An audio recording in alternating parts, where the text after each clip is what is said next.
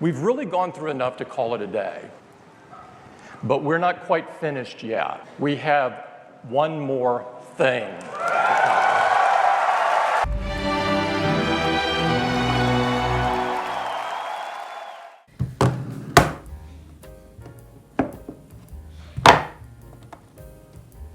The Apple Watch. When Apple Watch launched, it was touted as the most personal product they had ever made. And it was quite a revolutionary product. Just listen to the crowd. We don't get any of that nowadays, mostly because Apple doesn't do live events anymore. As you saw from before, they came in a hefty box, which you don't get anymore.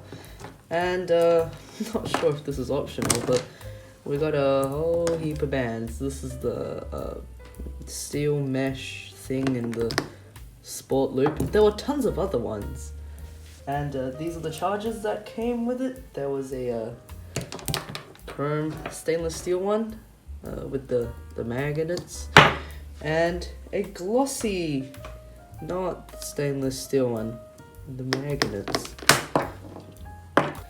And back then, this amazing product cost $349 USD, which is about 400 and something in today's money. And that was, pretty expensive for a watch at that time.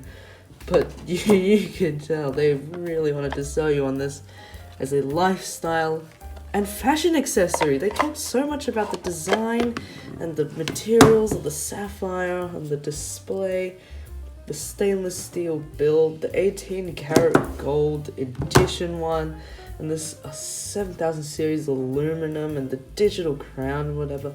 And these bands and stuff. Oh, they made a huge deal out of that.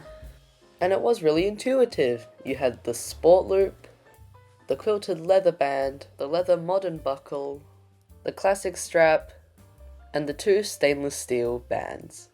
There are also lots of watch faces at launch, including numerals, rainbows, Mickey Mouse modular, chronograph, motion, kaleidoscope, astronomy, activity, digital and analog, simple, X, large, color, utility, solar series, time-lapse, Toy Story, and photos. Oh my god, there's a lot of watch faces. But they have added a lot of new ones, which I'll be talking about later on. Now I want to talk about the design of these guys, which was one of their biggest selling points. Now I don't have the Apple Watch edition, because, I'm poor, but these watches, look how good their design is. Look at that stainless steel. Has a really nice snapping mechanism for the bands to go on. And, look at that back. Oh, sapphire. Second hardest material, transparent material next to diamonds. And you got the really nice polished stainless steel, the edge-to-edge LCD display. You got the seamless transition from the glass to the body, just like with iPhones at the time they were also boasting about. And this one as well, look at that, 7000 series aluminum. Oh, we all know why they need to use 7000 series now. And the buttons, they feel really nice. They feel so satisfying to click, it feels so tactile and responsive. The Taptic engine is so polished and nice. When you press it, you get like a really forceful, like a boom.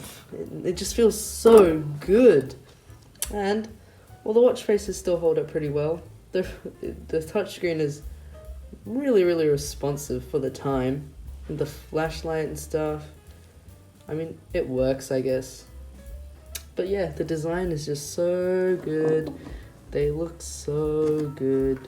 All the bands, the ones I don't have, they all look decent. They look really nice.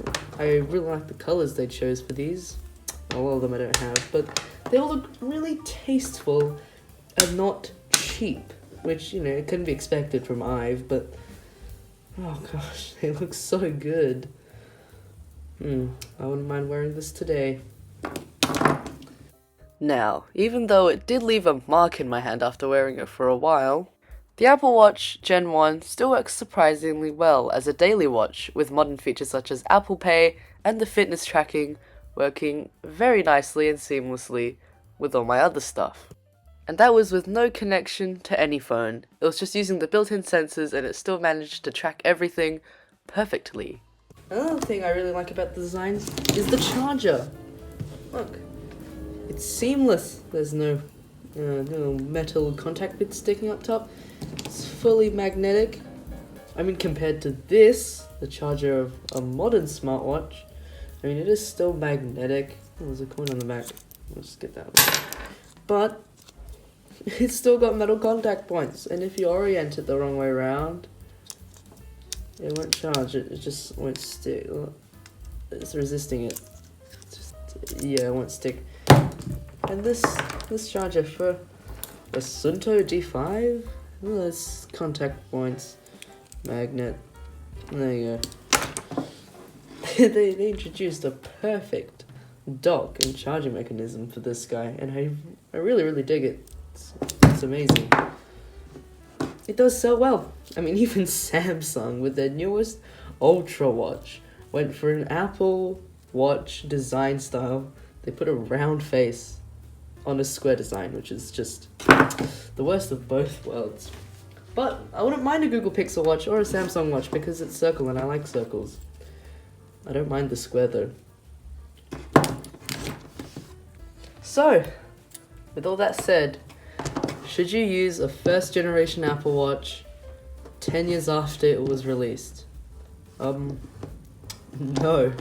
Don't even think about using one of these. The battery barely lasts a day when you barely even do anything. It's missing so many features, like always on display, blood oxygen, water resistance, all that fancy stuff. And, well, it's just so dated. Get yourself like a used SE or something. I mean, they look pretty much the same. It's not like there's some generational leap, or this has its own unique design. I mean, the Apple Watch Series 10 looks basically the same. But if you have one of these lying around and you just need a watch to tell the time, I don't know, get one of these boys, or get, I don't know, a watch, or yeah, watch. Oh, there are much better options out there for every single thing this guy does. I mean, it came in a box bigger than desktop computers Apple sells. The charger is actually really nice to use. Still holds up pretty well. The watch, from a design perspective, it still looks amazing. It looks incredible. But functionally, these guys are not going to keep up with the new boys. And do yourself a favor. Get like an SE, a Series 9, Series 10. Don't go for these fellas. I mean, it's just nice having them around, I guess. That's all I got. Bye. It's 5:17. Okay. It didn't work as well as I thought it would. Yeah. Bye.